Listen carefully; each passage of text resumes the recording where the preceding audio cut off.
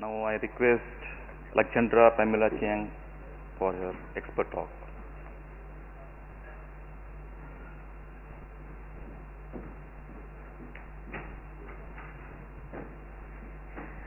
Distinguished guests, IRC organizers, a very good afternoon to all of you. My name is Pamela Chiang, Transport Specialist from ADB, Asian Development Bank. On behalf of my organization and teammates back in headquarters in Manila, we are very privileged to be invited to this very important event. The title of my presentation is, as you can see, Building a More Sustainable Transport for Tomorrow. As you know, and as has been discussed through many presentations this morning, the issue of sustainable development has become increasingly important. In the next 20 minutes or so, though I know it's a little late in the day, so I'll try to make this as brief as I can, I'd like to share with you the work that we're doing in the Asian Development Bank to better align our investment decisions in this direction. Before I start, I would also like to emphasize that the proposals that I will put forward to you today are also working drafts. By way of this presentation, we are also very keen to open these discussions because we want to hear your views on how these can be applied in your own context. In setting the scene, I'd like to begin by touching upon how important transport is in ADB.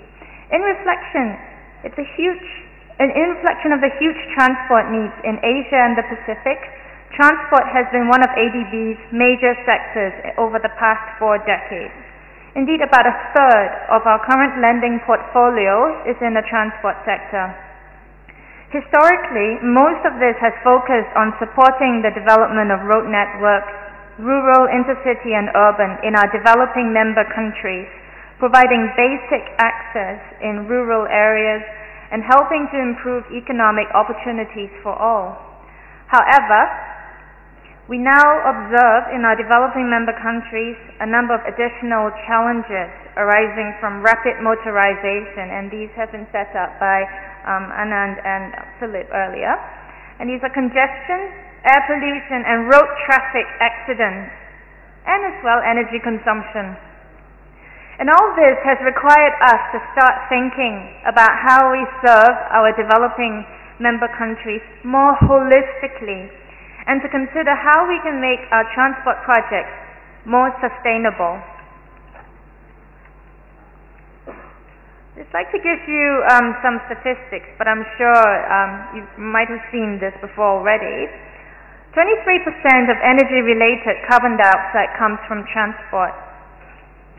Road accidents cost up to 5% of Asian GDP. Transport is a major source of urban air pollution. Congestion costs up to 5% of Asian GDP. So obviously we need to change the way we do things. In April 2008, ADB approved the Strategy 2020, and this focused on inclusive economic growth, environmentally sustainable growth, and regional integration. In July 2010, the Sustainable Transport Initiative Operational Plan was published. In formulating the Sustainable Transport Initiative, we began by thinking about how transport can best support the 3 main focuses, and recognize that we must diversify our approach and look into new ways of delivering on transport. For example, by scaling up urban transport, mainstreaming climate change in our transport operations, improving cross-border transport and logistics, and supporting road safety and social sustainability. June 2012, which is not too long ago, was very recent, there was a multilateral bank joint statement produced in the Rio +20 conference organized by the United Nations on the Sustainable Development by African Development Bank, ADB, the European Bank for Construction, and so on and so forth. And essentially, the joint statement sets out that this requires a mindset change in the way we think, in the way we develop projects, and in the way we make investment decisions. Transport is a key enabler of economic and social activities, providing access to opportunities and services. However, there are also negative effects. As I mentioned earlier, congestion, pollution, greenhouse gas emissions, and accidents. We must change, or transport will become the largest carbon dioxide emitter. Sustainable transport is accessible, affordable, efficient, and can be financially sustainable, environmentally friendly, and safe. Each of the multilateral development banks has made changes to focus on sustainable transport.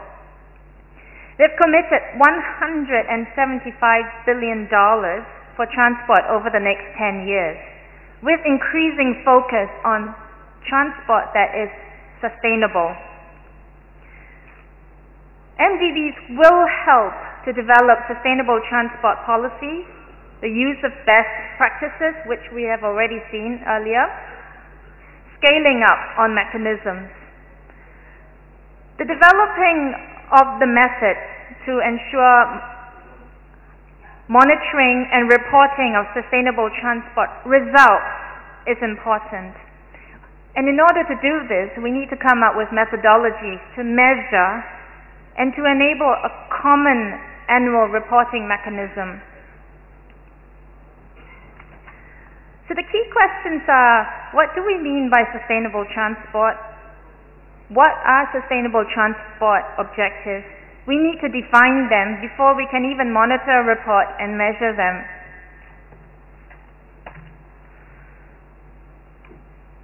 Under the Sustainable Transport Initiative, we are also starting to change how we assess transport projects.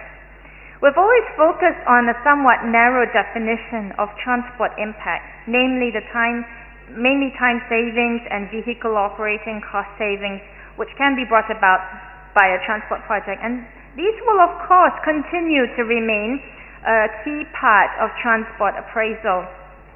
However, at the same time, we do recognize that there is more to transport impact than the two items described earlier, and as you can see in the slide, vehicle operating costs and time costs. In addition to that, for sustainable transport appraisal,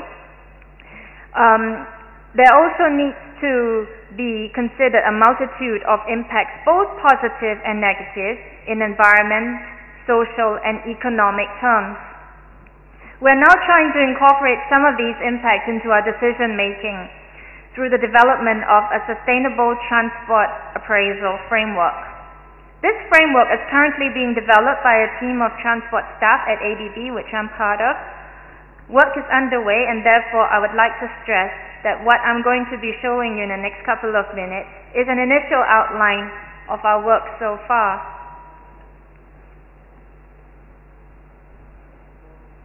It's not clicking on my screen. Oh, okay. Okay, so development of the Sustainable Transport Appraisal Framework, what it is. Essentially, there are 4 strands of things we're trying to do here. First, we need to set sustainable transport criteria, and we've identified 3 key areas in the economy, social, and environmental terms. Under these three broad categories, we need to develop indicators and methodologies to assess the performance of projects against each of these sub-objectives.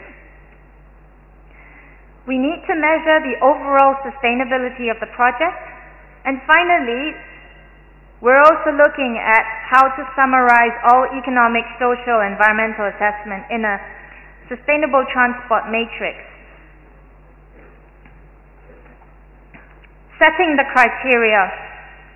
As you can see, the slide sets out 3 broad categories, as I mentioned earlier, on economy, social, environment, And under each of these categories, I've also included bullets on the sub-criteria. You'd notice that most of these are areas that are already considered as part of your project development anyway, but not necessarily consistently considered during decision making. And what we're trying to say here is these assessments are important. They should be further strengthened. However, one of the key challenges going forward is how do we summarize these to inform and better facilitate decision making. So I just realized that it's probably not showing, the top line is not showing up clearly on your screen, so I'll just read out to you what it says. So what I would like to propose to you now is a proposed concept, and this is still under development. And given that this is a roads congress, I thought it's better to provide you an example on how this framework can be applied to a roads project.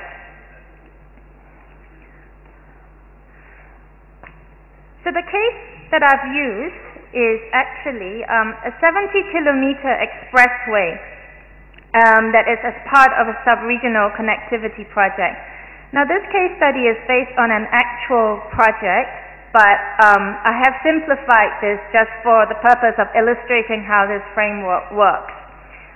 The text is really small, so you're probably not able to see the small text. I do apologize for this, but mainly the concept of this framework is more important than the details itself. So in the proposed presentation, we proposed that the project is described, the problem is described, the description is included, alternatives are considered, are also included. And in this case of the 70-kilometer rehabilitation, the alternative designs were considered to reduce the accident rates. As often encountered in developing member countries, accident rates are quite a key problem. The alternative designs have also included climate change resilient features, and the options for further analysis in the case of this particular project. We have proposed specific climate change studies. So in this framework, the three main boxes that you see on your left-hand side, that says economy, social, and environment. And next to that, we propose to present the sub-criteria which you saw earlier. So under economy, we would look at transport efficiency, reliability, employment, wider economic benefits. Under social, we will consider basic accessibility, affordability, inclusion, social cohesion, safety. Under environment, we would include greenhouse gas emissions, air and noise pollution, natural and built environment, climate change resilience. So under each of these sub-criteria, against each of them, the key results from the detailed analysis that is conducted anyway in the current processes are distilled and presented in a matrix. And this relates to summarizing project impacts and helps to present in a concise, transparent format, and it aids comparison across the different projects, and this helps decision making. Moving on, alongside that, the next thing that we're proposing is a sustainable transport appraisal rating. And the rating that we're proposing needs to be objective-driven, impact-based. It needs to consider qualitative and quantitative assessment, because as you know, not all impacts can be quantified, and whether it can't be quantified doesn't mean that they are less important, so we should still present a qualitative assessment. So what we're proposing is a 7-point scale rating. Okay, I'll show you. What you see on the slide now is an example on how we can apply the 7-point scale rating to rate the sub-criteria on basic accessibility. Now, I must emphasize at this point is these measures need to be carefully designed to ensure that the rating is fixed to a common standard. So as you can see here, what we're saying is we're rating based how the transport proposal is performing on basic accessibility. If we want to achieve major positive impact for basic accessibility, the project must lead to a major improvement in accessibility of a large number of poor, vulnerable, or excluded people to basic services. Neutral impact means it doesn't make any doesn't change anything, and then of course major negative, it has negative impacts on accessibility. We then apply this rating for each sub-criteria, and an overall sustainability rating is obtained, and assessment of other risks are also conducted. Now you can't see very well on your screen, so I'll just briefly describe what it is. In this particular rehabilitation project, you see a dark green rating, and that relates to safety. So in this particular road project, the design includes a two-lane, two-way road rehabilitation with segregated slow-moving vehicle traffic lanes. So the separation of the fast and slow traffic actually results in reduction of traffic accidents by half. So in doing so, it actually creates a major positive rating under safety. In addition, it also creates, of course, large positive impacts for time savings as well as savings in vehicle operating costs. Another key aspect of the design is, as I mentioned earlier, the climate change resilient design. This particular rehabilitation project is located in a flood-prone area, and we commissioned specific studies to identify how we can make the design more climate resilient. So in the final design, there were special design standards applied to the embankments and drainage structures to cater for the flood-prone area. In terms of the natural habitat, what happened is they have quite a unique natural biodiversity environment, such that in the summer days they actually had agricultural they grew crops, and then in the monsoon period they actually reared fish on both sides of the road. And so the special design feature actually enabled flow of water and fish across the road. So in doing so, it actually maintains the biohabitat. So we're actually maintaining the natural habitat. And in so doing, it actually creates a neutral and actually slightly positive impact in terms of the sustainability, in terms of the biodiversity angle. So I've roughly discussed how we have rated the sub-criteria on economy, social, and environment. What is on the slide as well is risks. In this framework, we also propose to present the risks in the design and evaluation. As you know, there are several risks in design and evaluation that can manifest in project cost, demand, expected benefits. Are they realistic? How risky are the assumptions that we're making? That's one element. We also include risks in implementation, and that includes contractor performance. Are they experienced? Project management capacity. Another area of risk we're also including in this framework is financial sustainability. How is this project going to be financially sustainable? Maintenance.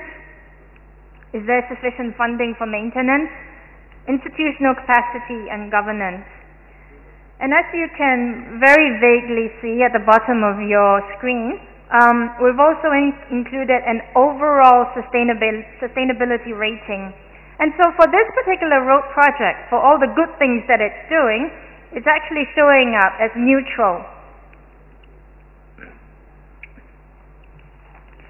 So this framework can be used to compare performance of projects over time.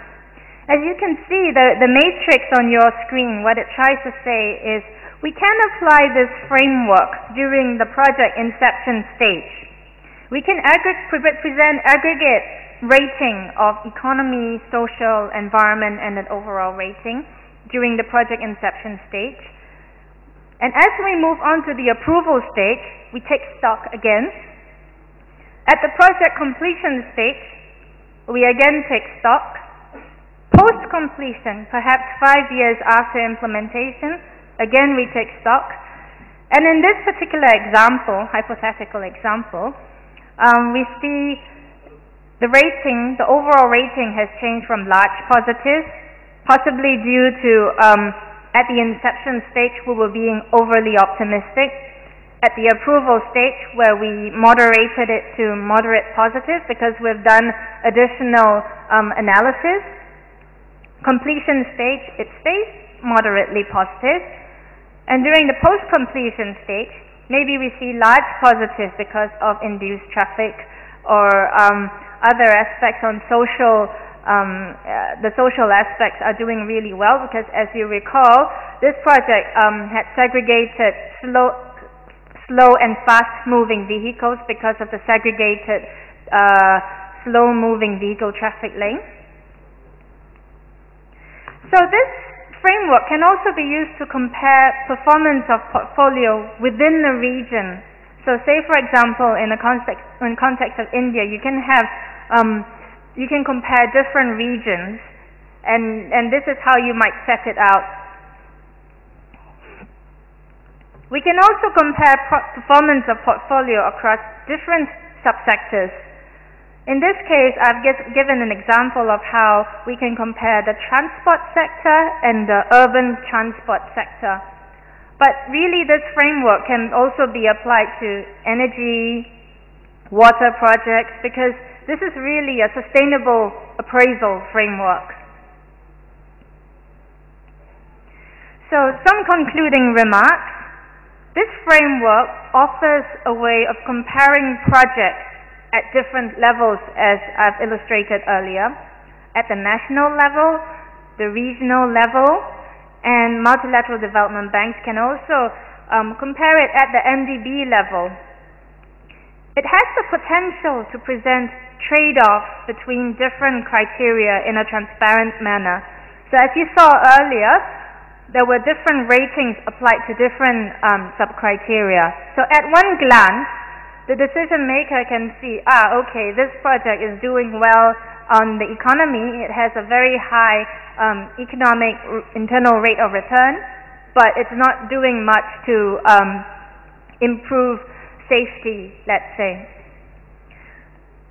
In the framework, sustainability objectives are taken into consideration from project inception, and that means we can capture the problems very, very early on and make changes to improve the sustainability of the project very early on.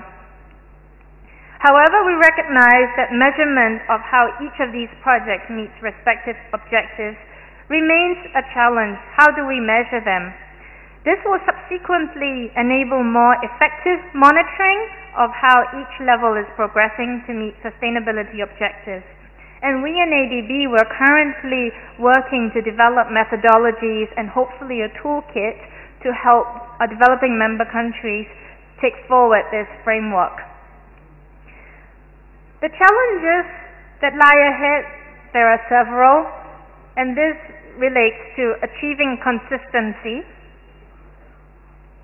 Who is actually giving the ratings? Is there going to be a peer review system? Is there going to be an audit system in place?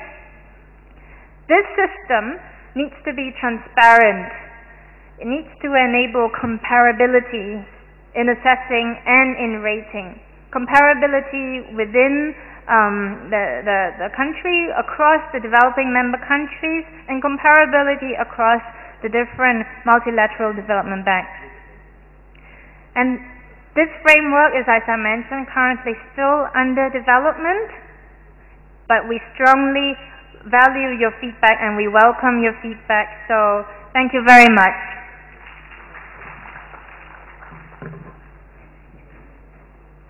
Thank you, Ms. Alexandra. And I will request Dr. Raina for his expert talk.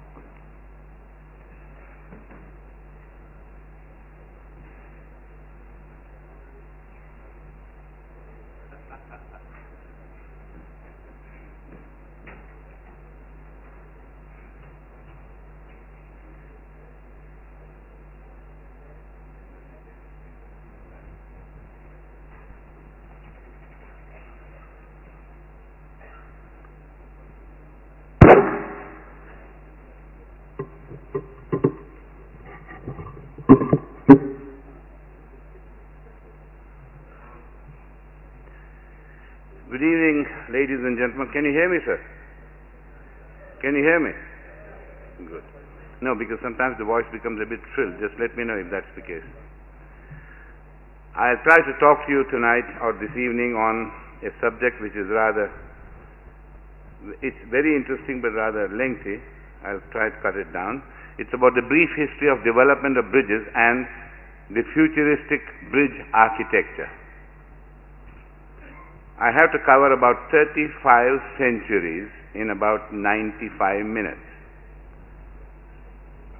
I don't accept 20-30 minutes talk invitations because that's the way I am. But if you feel bored anytime, just throw a stone or blow a whistle and I will stop. I'll have to go very fast nevertheless in order to cover what I do want to give you, what I do want to state in front of you. As soon as yes, that's the one. Can we have this light off, please? I can't even see. Thank you. I can use this? Oh, that's better. Since time is short and I have to cover a lot of centuries, and I'll definitely not like to miss the last 20-odd slides because that's the futuristic bridge architecture, I'll have to necessarily go a bit fast and even skip some of the descriptions. You will have to bear with me on that. In simple words, now bridges, in fact somebody said life is but a bridge, uninterrupted. Bridge design and construction have come a long way during the past few centuries, and much water, as they say, has flowed down, particularly in the past 100 years or so, during which more bridges have been built than in all the previous centuries. The primitive bridge building started perhaps like this, and when he tried to clamber over, you will see it better here. He tried to cross across, perhaps it broke and he fell into the drink. He thought very hard, found a fatter tree, and he was across. And lo and behold, the first wooden bridge was designed, built, and thrown open to traffic that morning. The first arch bridge too was similarly built probably about 4,000 years ago in the Euphrates Valley in Mesopotamia, present-day Iraq. I don't know why that's happening. Now, over the past 100 years or so, 150 years or so, the understanding of structure behavior unfolded cascadingly, and master analysts like Timoshenko and Goodyear, giants like whom the engineering world had never seen before, came on the scene, and tools of structural analysis sharpened. Strength of materials began to be understood better, and the art and science of structure, analysis and design took roots. Now I can go on, as I said, I have to avoid a lot of slides, but some of them I will stick to. Meanwhile, better construction materials developed and advanced, from stone to timber to brick to wrought iron to cast iron to mild steel, reinforced concrete, high-strength steel, composite construction, pre-stressed concrete. And accordingly, spans began to become longer, bolder, and as we progressed, the higher strength steel, the high tensile steel, and the high strength concrete. That the flexural strength of a section was proportional to the cube of its depth and only very linearly to its width was perhaps the greatest of the revelations that ever took place in the understanding of structure efficiency. Today we take it for granted, but the first time it was ever realized that that's proportional to the cube of the depth, but only linearly to the width, that was one of the biggest revelations of structure engineering. To trace the glorious history of bridges from the beginning, we should perhaps divide it into two periods, as it is customary to talk about history in terms of periods. The first period would be before concrete, the stone to steel age, and the second in which we are now living, after concrete. Stone and timber, you know that. Stone arches were built probably way back in Babylonia. Romans learned the art of building arches from Etruscans. These arches were semicircular. And the first area of arches came to be established as late as 1695 and was actually used in practical design only in 1729. The optimum profile of the stone arch had been found very early by artist builders intuitively and has changed very little since, although today we can claim understanding the mathematics of the line of thrust. They didn't know that, but they built it intuitively. Nothing much has changed since. Sequence of arches, sequence of flat 2-hinged arches. This is something I have to tell you. Way back about 500 years ago, 1502, Sultan of Turkey, he wanted to throw a bridge across the 240-meter span to connect Pera with Istanbul across the Golden Horn. So he obviously went to the best person available that day, and that was Leonardo da Vinci the Great.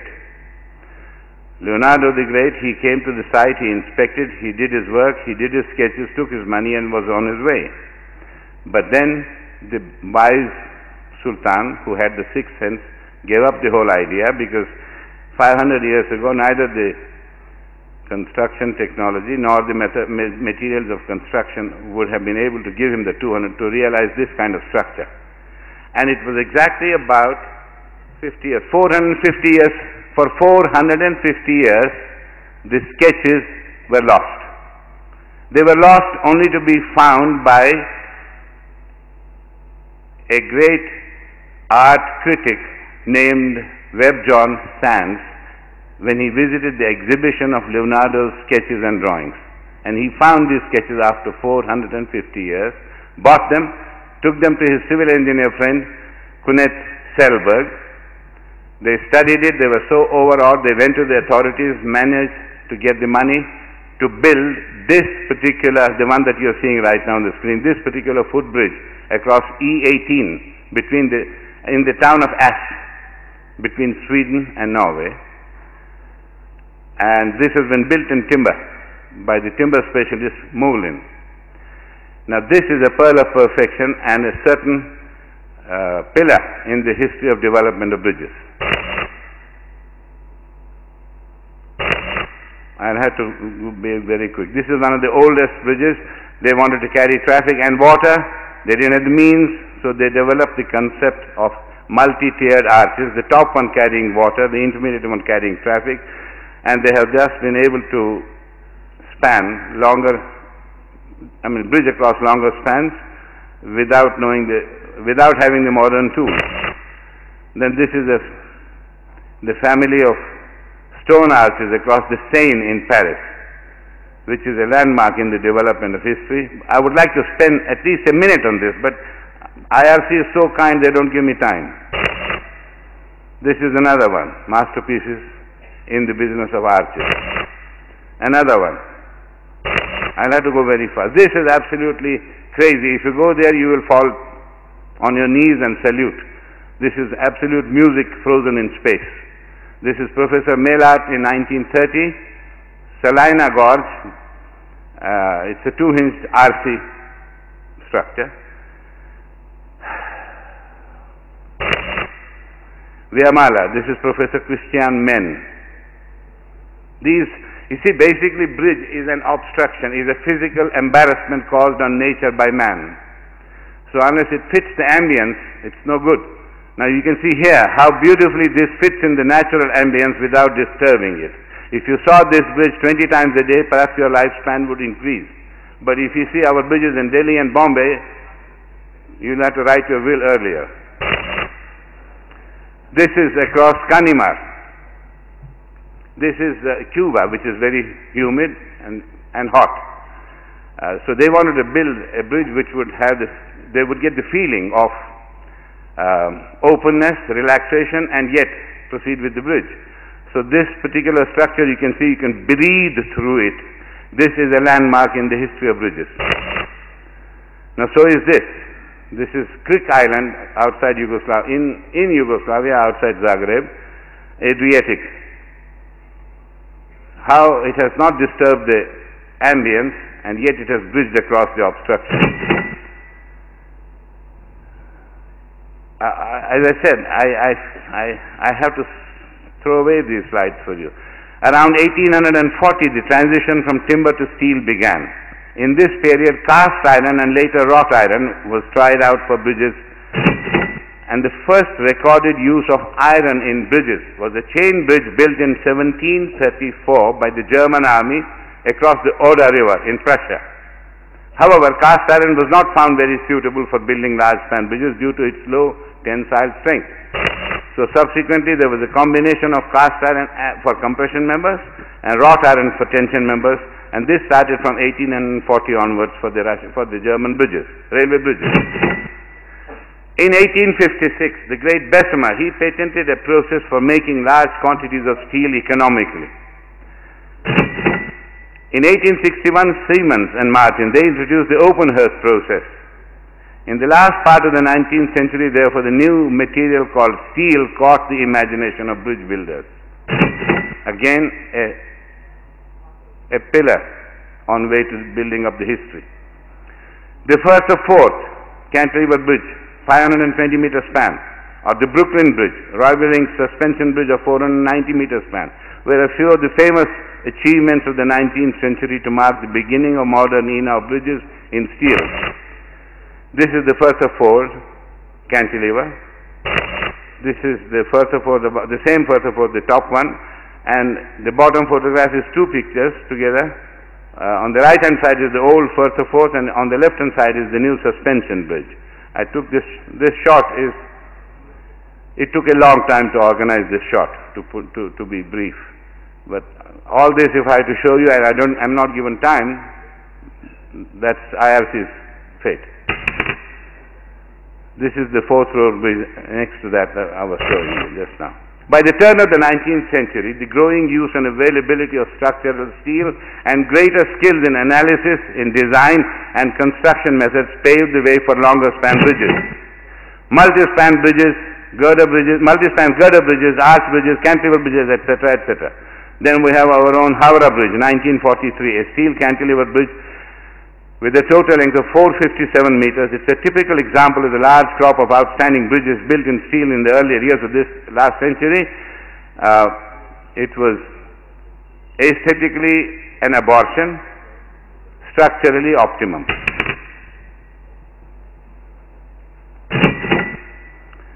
A very substantial advance in understanding of the theoretical analysis of the load response of the structural system of suspension bridges was made by the 20s of the last century. And many elegant bridges were built, like the Lindenthal Manhattan Bridge, 1909, 450-meter span, Steinmann's 340-meter span, Florianopolis Bridge, and the Delaware Bridge. The big leap forward came in 1931, with the construction of the George Washington Bridge, which has been acclaimed by no less than a person, Stussy by name, himself. He says, and this is a translation of his French, a great, the most important step in the evolution of art and culture of bridge, whatever is that. Yeah, you got it. Then came this great man, Corbusier, his friend. Corbusier was so enchanted with this bridge that in his 37th publication, when cathedrals were white, he quipped The George Washington Bridge is the most beautiful bridge in the world. It is blessed. It's the seat of grace. The bridge broke the 1,000-meter span barrier, and its span length of 1,060 meters was double that of Delaware Bridge, the then longest bridge in the world. The bridge was built by Amman, a Swiss engineer who had migrated to States in 1904. 3 decades later, this foremost of bridge builders in the world contributed his last great masterpiece to the land of his adoption, Verrazano Narrows Bridge. Amman's Verrazano Narrows Bridge in New York was opened in 1964, 10 months before he died. Standing with a main span of 1,300 meters, the bridge is a landmark in the history of long-span bridges. And here it is. There's something wrong with the projection system here. Our slides, the young lady's slide also didn't show fully. The lessons in ensuring aerodynamic stability were learnt in a very hard way by the tragedy of the 855-meter Tacoma Narrows Bridge, which fluttered and perished in 1940 after being in service for just 4 months. It was open to traffic in June or July, and it went down in November the same year, under a wind of just 64 kilometers per hour.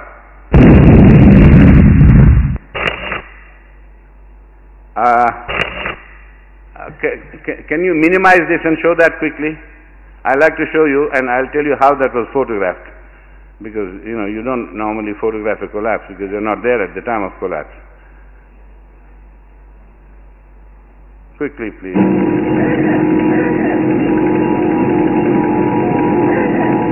This used to be called the galloping Gertie. It was designed for everything that was known at that time, but not for what was not known, and which was aerodynamic instability. It used to do this. People knew it. They used to come on Sundays and holidays with their sandwiches and beer, sit on the banks and keep watching it. That's how they were there photographing it when the wind caught on and the structure went down. You see that car? You see that car there? I'll show you just now. Just watch it. And the frequency varied so much that one side of the bridge went up 28 feet over the bridge across, then another minute 28 feet down the other way, and you will see what happened.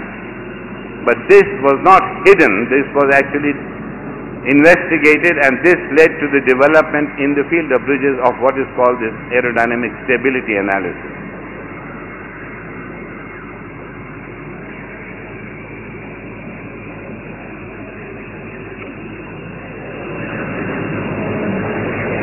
This is an 855-meter span in front of you.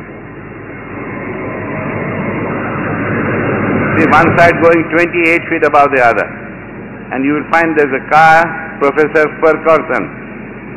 He and his little doggy. And he couldn't go up even with the first gear, so he tried to pull the dog out and run for his life. But the dog wouldn't listen. He started biting him. He left the dog behind and ran for his life. And the car went down along with the doggy.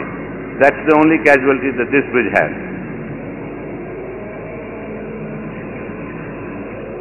That's the one.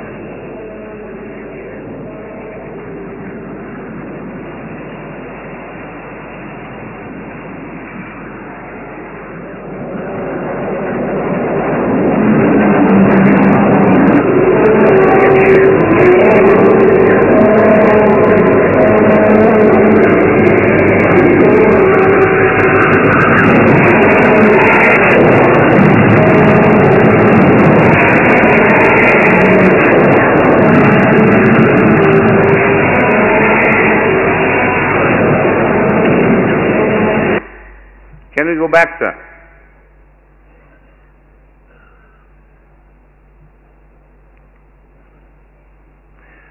Now, it fell on Professor Leonard to do something about it.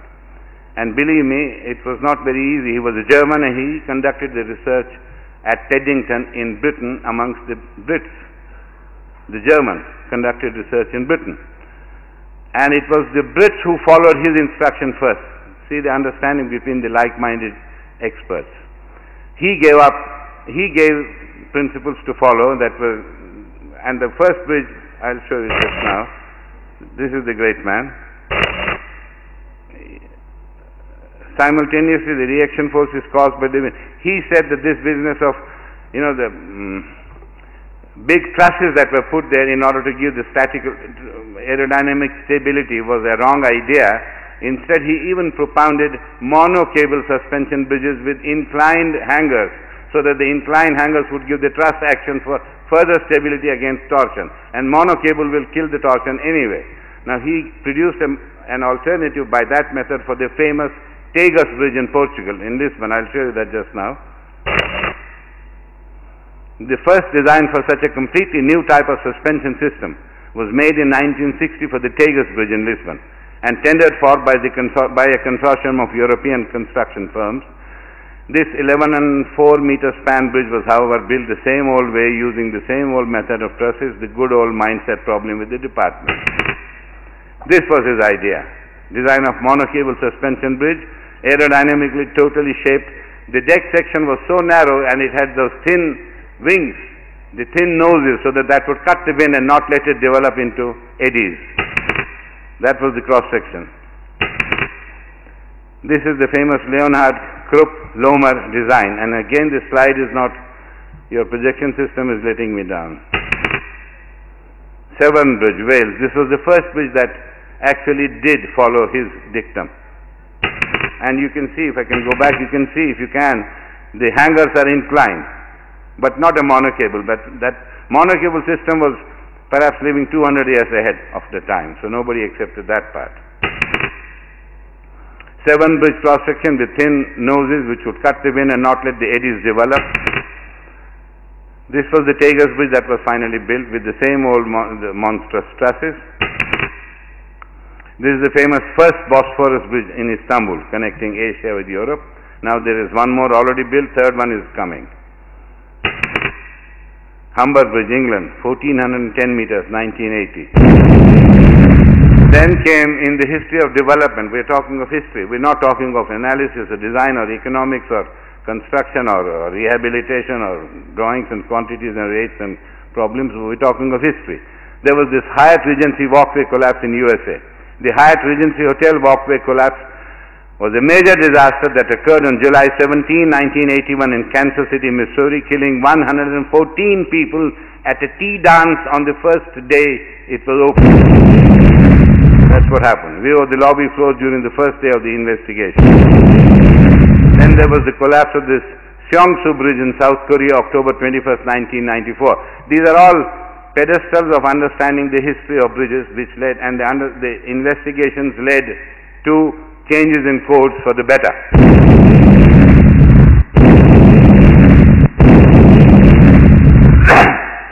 Introspection, if you do, based on many a bridge disaster where there is a lateral interference, I mean political interference, no mincing of words, particularly from political entities with their eyes on elections, and readiness by the owners, engineers to hide their ignorance and incompetence.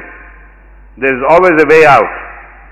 All it takes is to constitute a committee of the like-minded and procedurally kill the matter. And you know it very well. A competent engineering analysis from a purely pathological point of view and an uninhibited autopsy of the accident are the only ways to help the understanding rise from the ashes of disaster. Thus, the failure of Tacoma did not condemn the suspension bridges. Instead, the simple aerodynamic stability measures found to beat the bridge flutter problem have paved the way for bigger and more elegant suspension bridges. Likewise, we had the failure of Yarra Bridge, we had the failure of King's Bridge, we had the failure of three more bridges, three of them in Australia. King's Bridge failure due to brittle fracture did not mean that welding of steel box girders was banned. It only actually underlined the need for right welding techniques to be made available for bridges. The series of box girder failures, 70s, this is what I was saying, the Yarra and then the King's Bridge and then Minster, whatever, I'll tell you the name. The second order theory, basically if there is buckling, what you have to do is to do something that most people don't know how to do, and that is to do the second order buckling analysis. That's how you can get away with a very tall pile or a very tall pier, which otherwise by the time they apply this fossilized code clauses, codal clauses, are not able to do. And many people ask me all the time, I was away for 40 years from the country, why are bridges so much more elegant abroad than in this country? This country they are so because thanks to our IRC codes. Our IRC codes are extremely conservative. The writers of the codes don't see the daylight.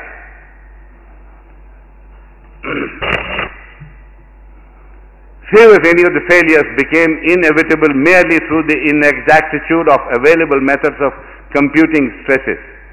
It would be an illusion to suppose that greater perfection in such methods and a bigger pile of computer printouts alone will reduce the risk of accidents.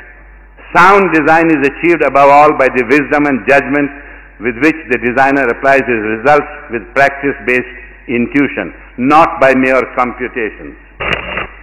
Great courage and judgment are demanded of the inquirer as he has the task which requires freedom from bias while at the same time demanding a definite opinion.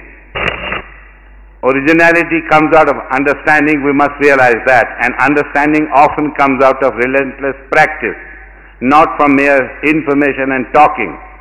Good judgment comes out of experience, and experience often comes out of bad judgment.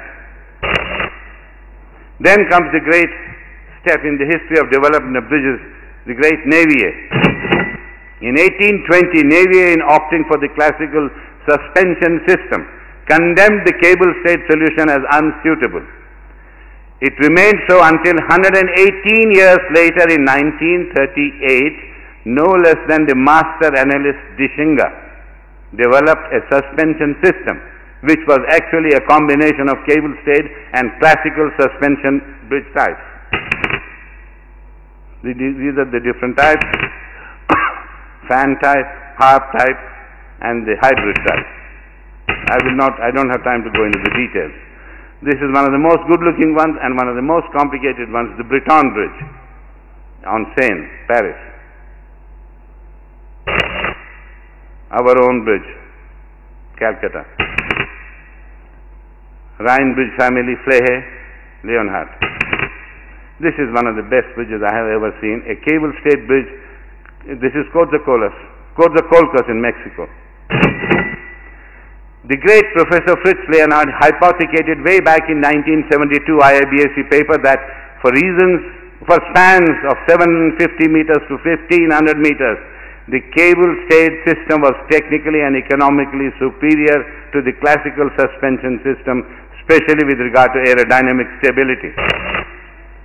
Same man, same great man. And the use of A-form pylons with corresponding inclination of plane, I think I'll have to give up this. This shows you how to progress from one to the other, longer the span, systems that you follow. What happens here? The great Stussy, again, he remarked in his IIBC symposium on concepts of safety of structures. We were discussing safety of highways. This is in relation to the same concept of safety of structures way back in 1969 in London.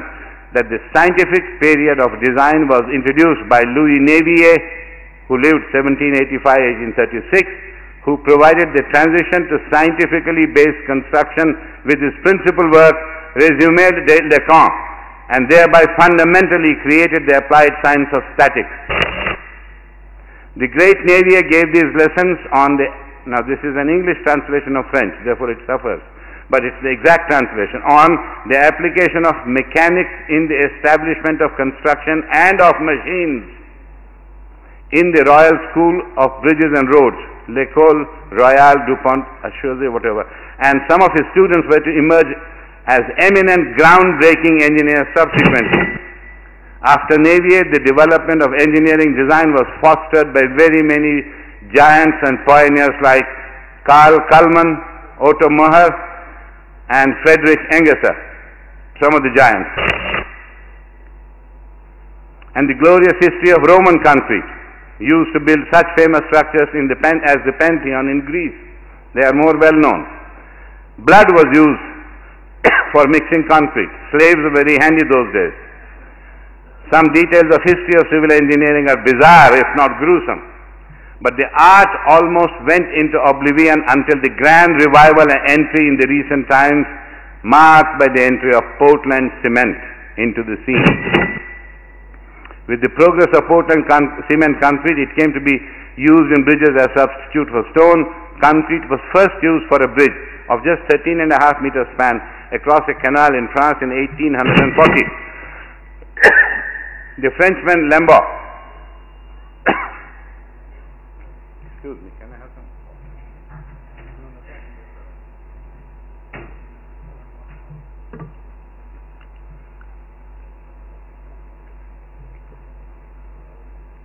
The famous Frenchman Lambeau, his boat, his famous rowboat of 3.3 meters length, made by these are again translations, made by plastering Roquefort cement on a skeleton network of iron and wire, exact translation, was followed by his English patent in 1855.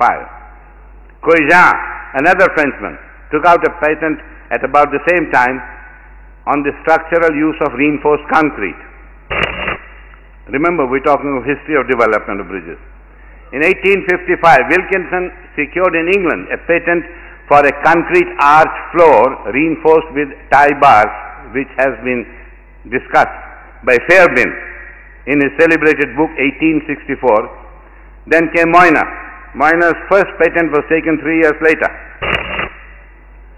Many others about this time took patents on reinforced concrete. I'm talking about development of history, in one form or another in various lands. Thus, in the 19th century, reinforced concrete and consequently bridges were still in the empirical period of patents. The search for the basis of rational concrete structure design began in the last part of the 19th century, and Thaddeus Hyatt, he is credited.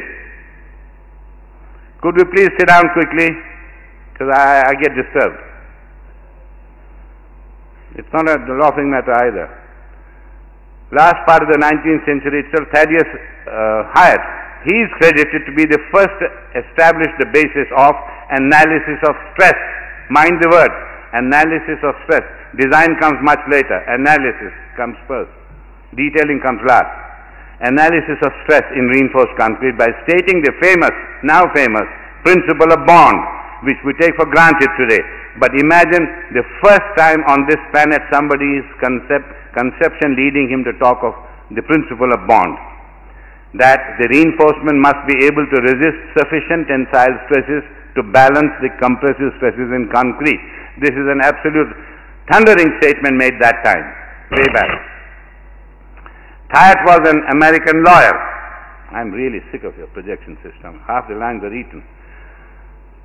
He was an American lawyer by education, but an inventor by nature, and was later to take patents on deformed bars, torn steel.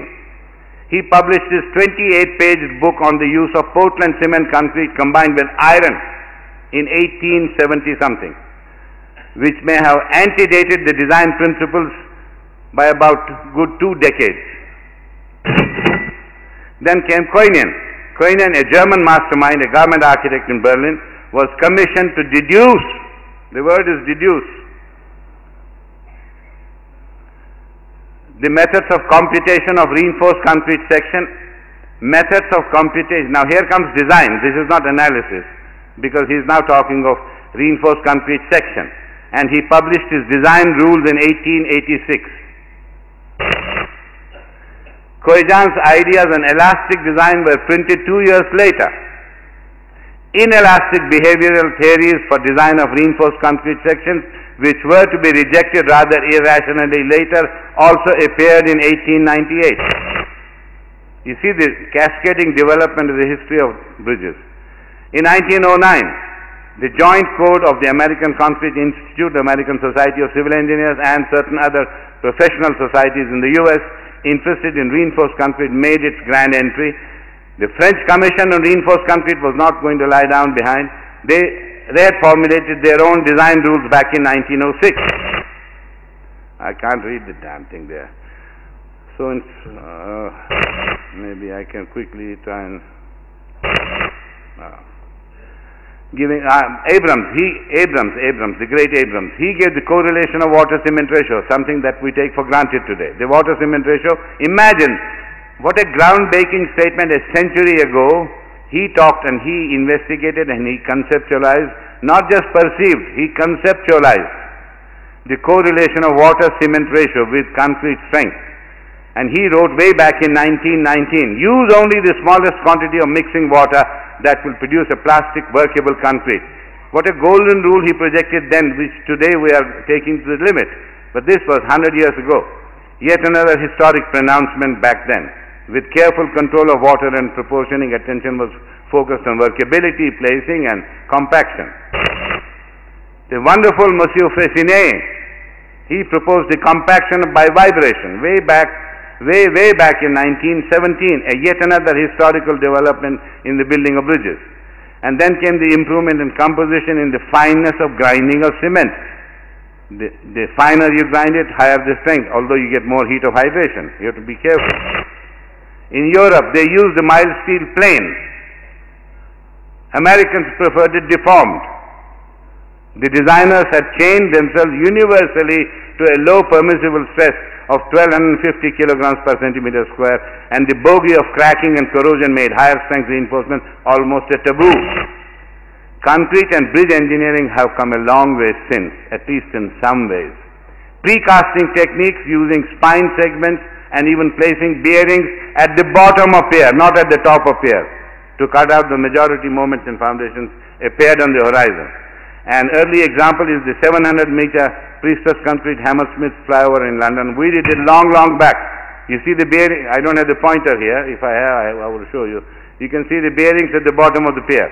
And everything is precast. I'll show you another picture. This is the blow-up of this entirely precast thing with bearings at the bottom of the pier.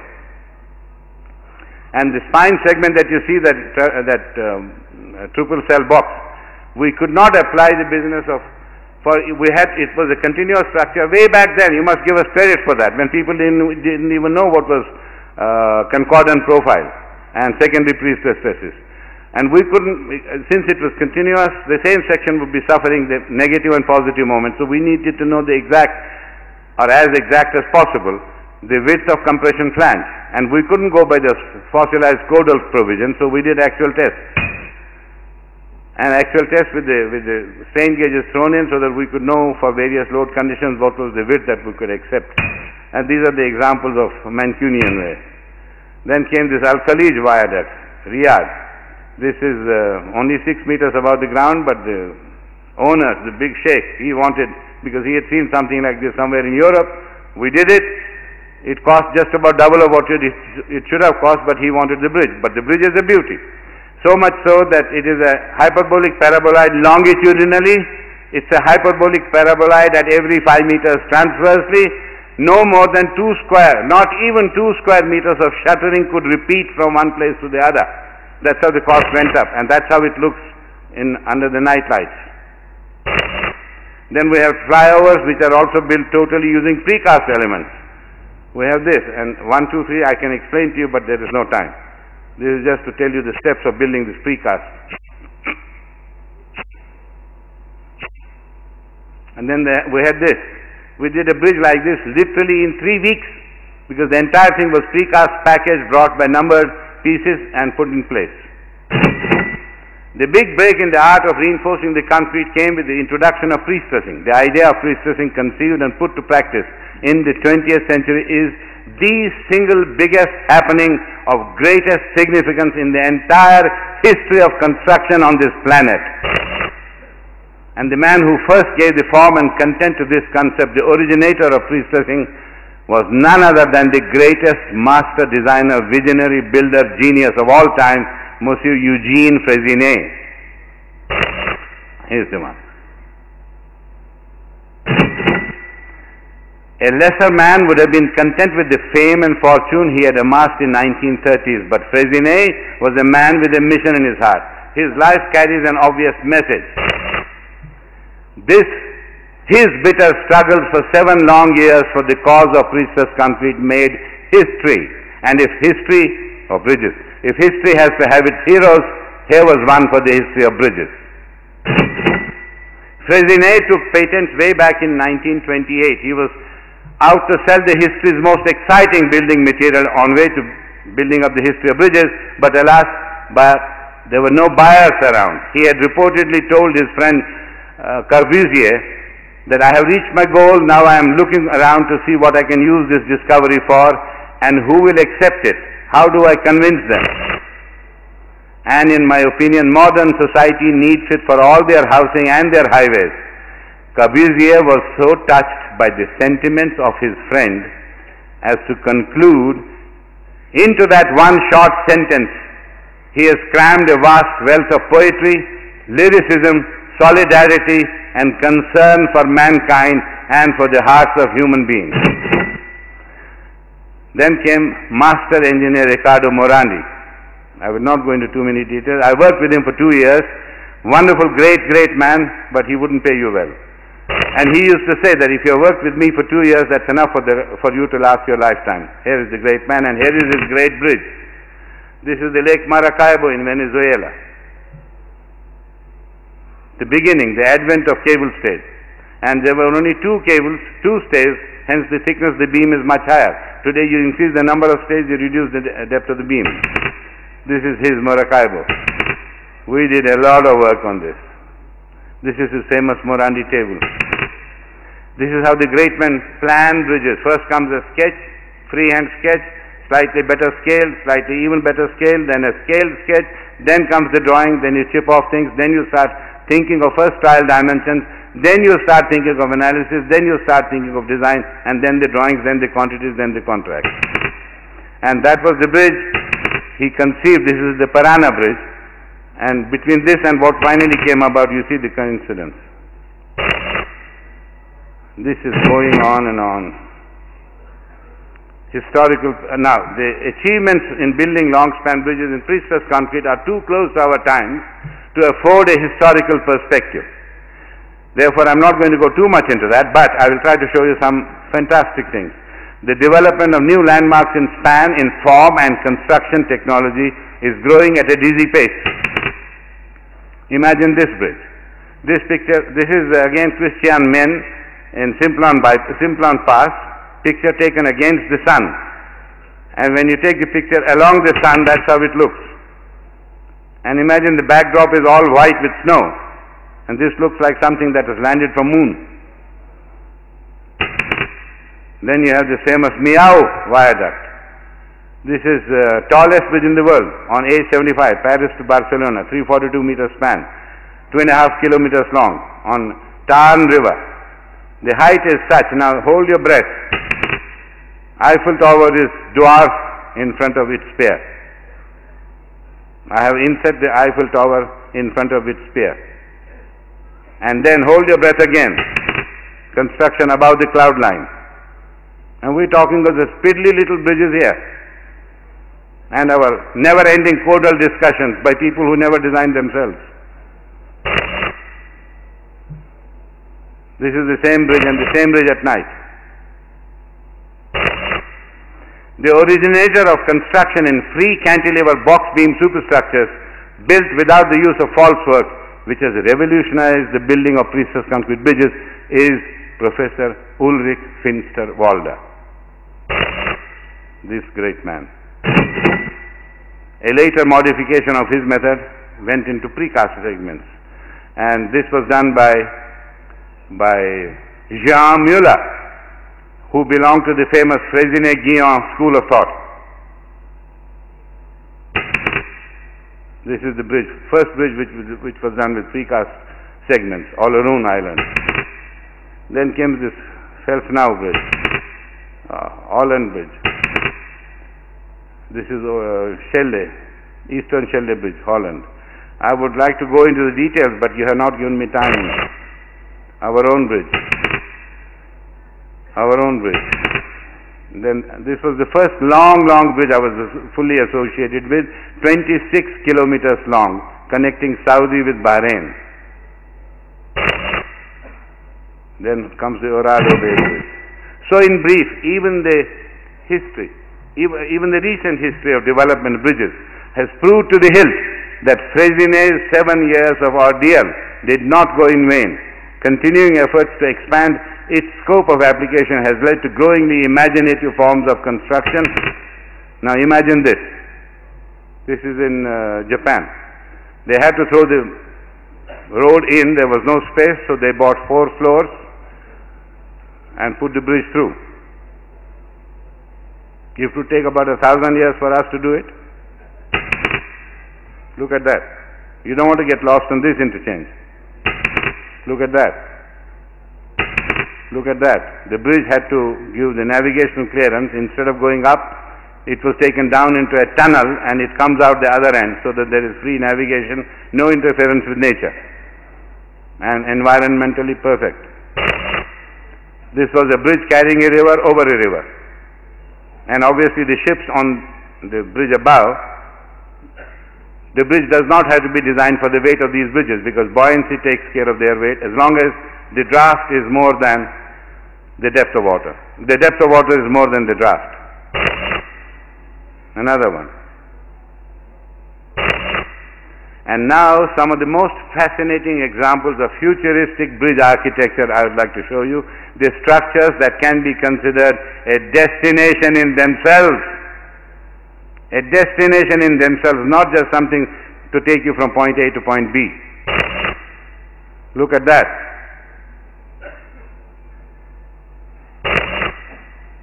Now I'll show you the soaring bridges of the great engineer Calatrava, Spanish. Most sought after Spanish bridge architects today. His works are dynamic, reflecting our modern age. They also possess the uplifting harmony of sweeping curves and intricate shapes. His sundial bridge at Turtle Bay is an interestingly shaped, somewhat futuristic bridge. It was recently built near Redding, California. The one on the left hand side, you can see better picture here. Look at that. His Alamnilo Bridge in Seville in Spain, that was the one. Calatrava also applied his soaring spread wings style to the footbridge at Milwaukee Art Museum. These are futuristic bridge architectural things. Then although nothing really comes close to the city of arts and sciences that he designed for Valencia, the city of Valencia in Spain, we were there 3 months ago, the culmination of his highly elegant style. Look at that. Hold your heart, hold your breath, and then tell me which clause will apply here. I mean, we are just closing our eyes and not letting this country move forward. Double spiral bridge in Japan. All the details, here it is. Here it is. Then Nanpu Bridge with spiral approach, Shanghai.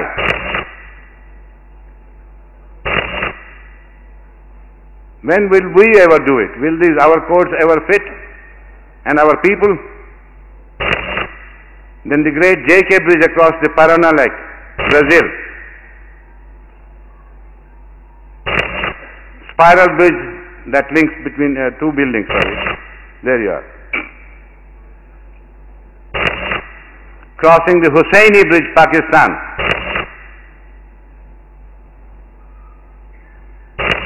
Now, feast your nerves. Perhaps the worst bridge ever in the world, this one. And my friend, he was saying that it's better than swimming. He's right, but I would rather swim, sir. You haven't seen it. If you see it, you will go and swim. You see it. The following bridge concepts stretch beyond the boundaries of traditional design, and I'm going to show you these for you. The Paeknam June, whatever, that's a Korean. Media Bridge, South Korea. You don't know what it is. It accommodates whole city and yet crosses. Its credible concept for the Han River in Seoul, South Korea, imagines the bridge as an essential part of a city itself. It is filled with activity and attractions including a museum, a library, and IT offices. People can even arrive via water taxis. It's designed by Planning Korea, a firm, has a skin covered in solar panels that would also function as a massive canvas for art and videos. London Bridge proposed as an inhabited vertical farm. Again, hold your breath.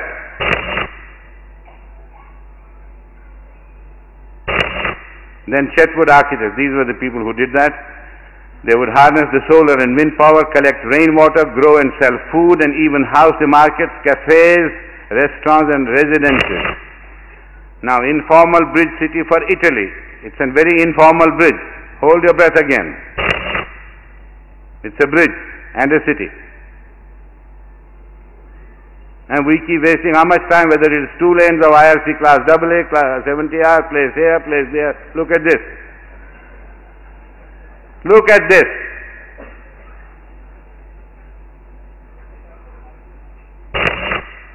Those afraid of heights would want to steer clear of Jazz Studios, this city in a bridge concept modeled after the Ponte Vecchio in Florence.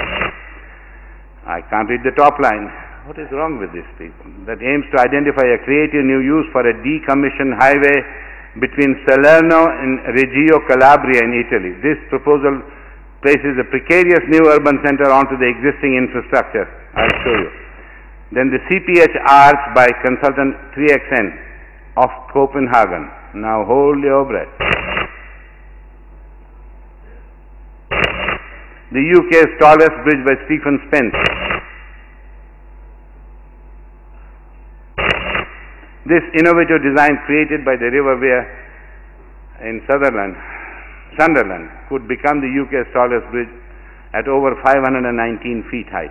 2 curved spires cross in the air, supported by cables in a striking silhouette that will undoubtedly become a local landmark. Now, the status of the project is unclear, but assuming that funds are available, construction is due to start soon. Then the tallest arch bridge in Dubai.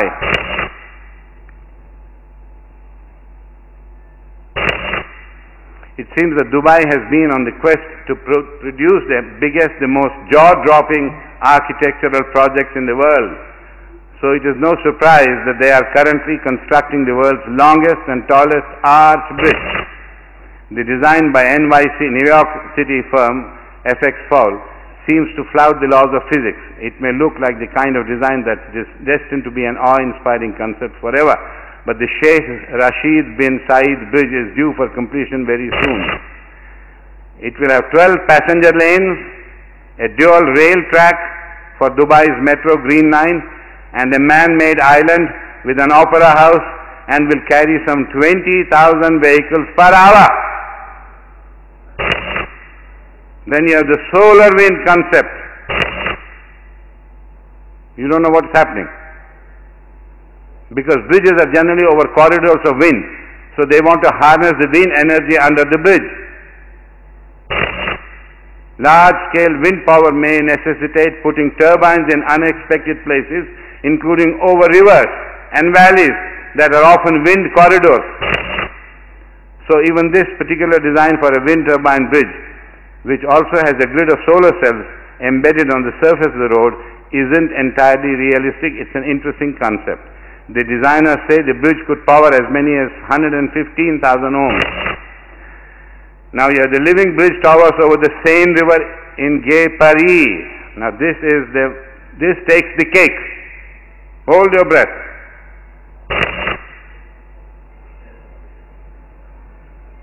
And you talk of these 2-span, 3-span and go on forever writing letters. Part skyscraper, part bridge. This futuristic building is perched directly on the Seine River in Paris.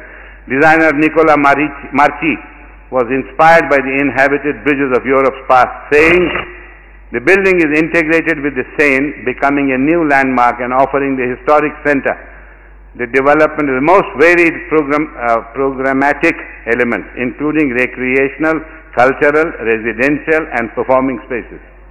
The new bridge for the city is a living one." Then you have Zaha Hadid. She is one of the best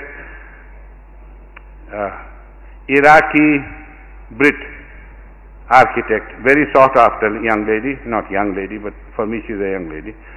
Sheikh Zayed Bridge in Dubai.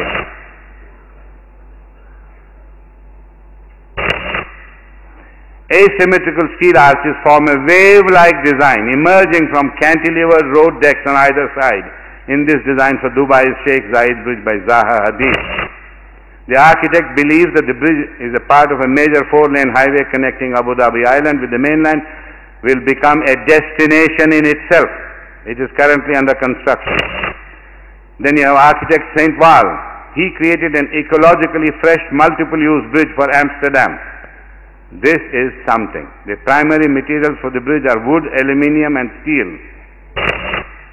St. Val, he plays with different kinds of glass which gives to the bridge that futuristic ambience and also a fine view of the outside. The structure is planned as a habitable one with narrow houses, modern buildings, a bike shop, a large mansion and even a garden. This very European bridge promotes merging of cultures and times, and here it is. Now which code will apply here? Now we keep talking of codes, no end. This is the other view of the bridge. It is therefore an undeniable professional responsibility of a good bridge engineer to know the culture and the subtle turning points that tempered the development of the bridge craft and reflect in order to carry forward such a wonderful legacy. Thank you.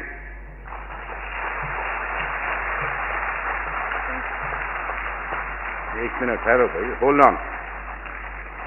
Experts.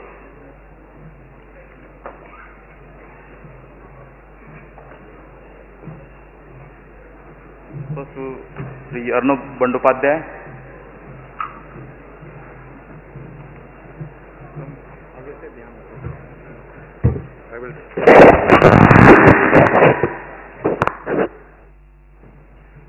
Good evening, friends. The next session will be the discourse from Swami Sukbodhananda.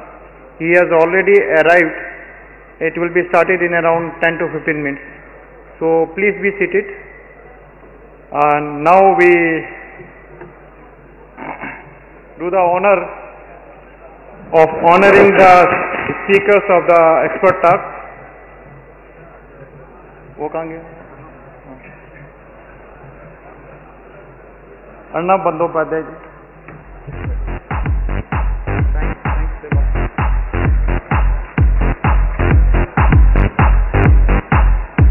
Philip George. Thank you very much. It's great being here. Thank you. Pleasure. Miss Alexandra Pamela. Thanks for them. And now, feeling honored by honoring Dr. V.K. Raina.